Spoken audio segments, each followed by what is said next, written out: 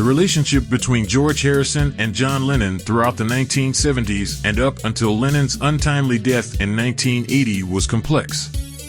Their multifaceted relationship came to a head in 1980 with the publication of Harrison's book titled "I Me Mine," which coincided with Lennon's promotional interviews for his Double Fantasy album.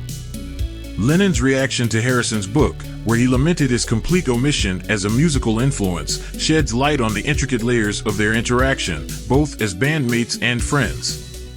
Lennon felt slighted by Harrison's failure to acknowledge him as a musical influence in the book, despite the fact that he was mentioned 11 times.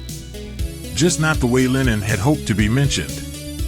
In his Playboy interview, Lennon stated, quote, "In his book, which is purportedly this clarity of vision of each song he wrote and its influences, he remembers every 2-bit sax player or guitarist he met in subsequent years.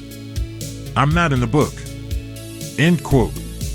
Lennon's contributions to Harrison's songs, including providing assistance with lyrics for Taxman and advocating for Harrison's B-side Old Brown Shoe, underscored his belief that his influence warranted recognition.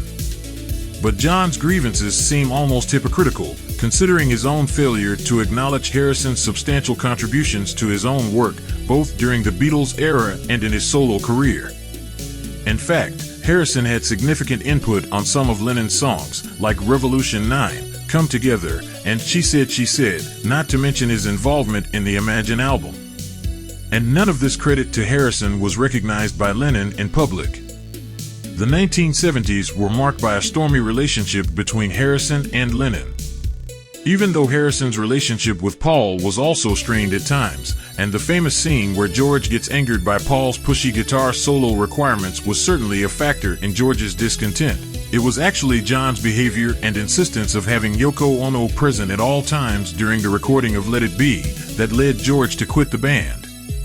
In hindsight, Lennon's feelings of being left out might reflect a broader misunderstanding or underappreciation of Harrison's contributions and perspectives. The dynamic between them was filled with both competition and camaraderie.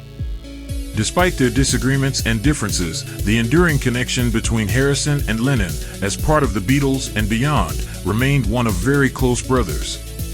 In the end, Lennon expressed hope for reconciliation, stating, quote, "George and I will talk, and we'll forgive each other."